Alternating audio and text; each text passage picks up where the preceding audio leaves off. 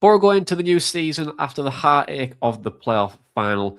But what's changed? What can we expect? Middlesbrough have been very, very busy in the window. They've made Sarmiento permanent. They've brought in Miles Peter-Harris. They've brought in Kyle Joseph, Will Langshire, Seb Barholter, Max Arfston, Riddick Vitek, and is Ashley Phillips going to join as well? Who knows? But there is more to come as well. They've also let people leave. Dale Fry's gone to Birmingham. We've got money for Morgan Rogers, and our main instrument last year in Hayden Hackney has left to Everton. But will this change how Boro are going to play this year? You know what? New players bring their own individuality, their own strengths, their own weaknesses. But how do they impact Kim's style of play? And will Kim Hellberg rip up everything and start again? This is what this lowdown is all about. So to understand where we are going, we need to connect the dots going backwards. What is Kim's way of playing? You know, how does he like his teams to set up? What is his principles of play? You know, we've seen a lot of Kim Hellberg's ball over the last nearly 12 months, but it's not fully there yet because Kim's style is all about relationism. The kind of antidote to rigid positional play, which you tend to see with pep teams, where people have a certain position, they stick to it. But this Boro team, you know, you tend to watch some of the really short distance together. They're quite narrow, players interchange. And there's a quote from David Slaney, which I absolutely love. And he says, his teams are all about creating a common language where everyone understands each other's positioning. And also they know where to go and where to be at the right time. And it's all about solving problems on the pitch. And this leads me quite nicely to how will Boro play this season. You know, starting with Buildup, this is our biggest clue of what to expect with Kim Hellberg's team this year. And it's all going to start with a goal kick. And I love looking at goal kicks when analysing games because I think you can learn so much on how a team wants to play. When you watch Boro and goal kicks, there's always that 3-1, 4-2 position or 3-2, 4-1 when Hackney wasn't in the team. And this meant that was the connected position, and it was the real heart of it all. Hackney was the heart of the team, especially in build-up. And teams didn't know when to press our centre-backs or our midfielders, and it would create a load of different space for Hayden Hackney to drive through the ball and then create a chance for Boro. But even without Hackney, Boro will still build up in the same way, really. However, like there is one change this year, and I definitely will address it, and it's Will Langshire, and he will be the heart of all of it. Because last season, I don't know if you've noticed this, but when Boro played out, they really struggled to hold the ball up, especially when Strelic went off the pitch. But welcome Will Langshire and Kyle Joseph, because these will help us a lot more. Because Boro, and I actually do predict this, will become a lot more direct this year with the vertical passes being really, really key to it. So when you do watch Boro in build-up, I think we'll go and use an up, back, and through a lot more frequently this year. So when you do play in your 3-1 or 3-2, you beat the first line, then you play up to your centre forward who drops in, which is Will Langshire or Kyle Joseph, and then they'll play it back to the player closest to them, and then that ball then gets played through the lines and someone will run onto it in behind, which you tend to see right now with Boro's physical profiles that they've just brought in. And this leads me quite nicely to Boro's signings. Have you noticed Boro are profiling more athletic and more physical and pacey players this year? A couple of months ago, I did do a tweet and said, I think Boro will focus on this type of profile this year because I think it unlocks so much. And you heard the phrase last year that Boro can't break down a low block. And I'll be really honest, I just disagree with that statement.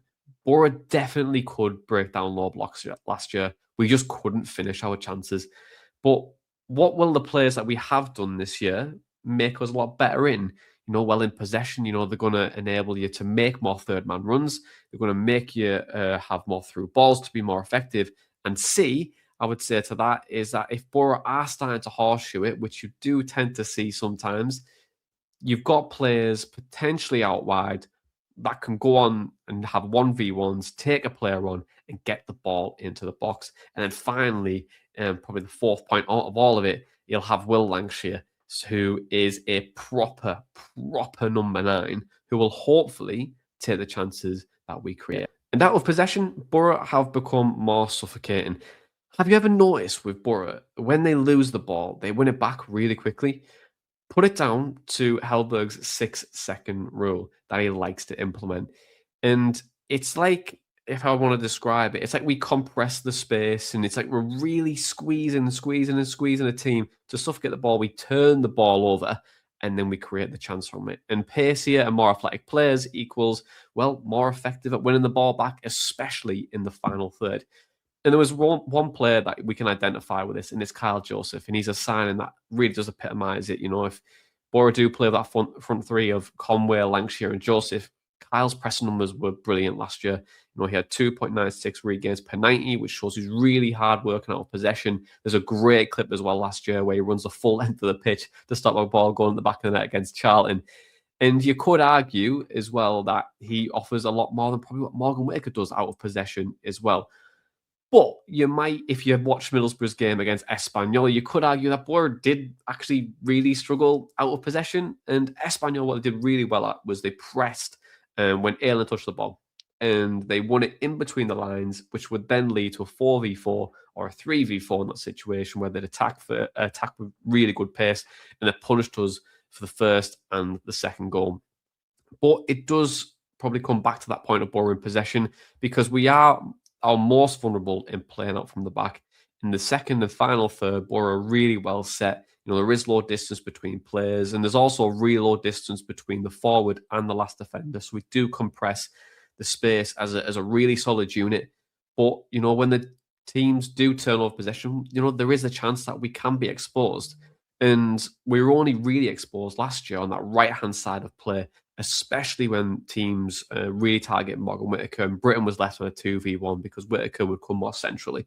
And you're seeing that especially in the playoff final because they definitely did target that for long periods of games. But Boro do have a high-risk style out of possession, and we do pull it off really, really well in games, especially in the Championship. And that compressing and suffocating style does cause teams a lot of problems. But bringing in more physical players, more athleticism, and I can just name three that we've done, and even with the wingers that we're going to be linked with, you know, Will Lancashire, Kyle Joseph, Miles Pete Harris, and the wingers linked. I think that gives Boro more physicality around the pitch and more athleticism, which is going to press teams a little bit higher and a little bit quicker to lead to higher turnovers in the final third of the pitch. And Boro will go on to create a chance and hopefully, with a striker in Will Lancashire, to put ourselves ahead or kill games off. But what if a game is really, really tight and we can't break teams down? Well, let me tell you about a revolution, because last season, 28% of goals were scored via a set piece in the EFL, up 27% from the season prior. And there's a great article by Not the Top 20 on their Substack, which shows a really great correlation of higher set piece goals and the higher position you end in. Coventry finished top last year with highest amount of set pieces too. And Boro were kind of the outliers. You know, we finished 14th with 15 goals and 10th for defending set pieces. And although it was an improvement from the previous year, I know, I cannot believe it. But Seb Berhalter really will help us, you know, in this area. And on top of that as well, bringing in more physicality to the team will even help that further. Because when games are tight, set pieces are brilliant at flipping that game on its head. You know, Seb Berhalter, for me, I think he is just a dead ball specialist, which, you know, we've definitely lacked in previous years. I was sick to death of Dan Ballas's ball into the box and the keeper would just catch it first time. And it infuriated me. But if you want evidence of Seb's set pieces, re-watch the game against Espanyol, because when he puts it on a plate for Leo Castledine, who was arguably the smallest player on the pitch at that point, he brought Boro back level. And it's just brilliant. But if you want to look further out of that and say, well, actually, you know, it's all well and good having a good set piece taker, but where's your height? Well, Max Arfson is 6'1", Malander is 6'4", Ashley Phillips, if he joins, is 6'4", Alfie Jones is 6'3", and Will Lancashire is 6'2". So Boro are adding height to that team. They are becoming more dangerous in all areas of their play, from in possession, out of possession, and also set pieces. But Middlesbrough were a 99% team last year. We did near enough everything right, but sometimes we didn't put the ball in the back of the net. But also on the other side, Boro didn't actually keep them out either, which is why we're upgrading the position even more with Radek Vitek joining from Manchester United, who is actually 6'6" and had an unbelievable record last year, 8.5 goals prevented in the division last year. And it's a significant upgrade on Solbrin too.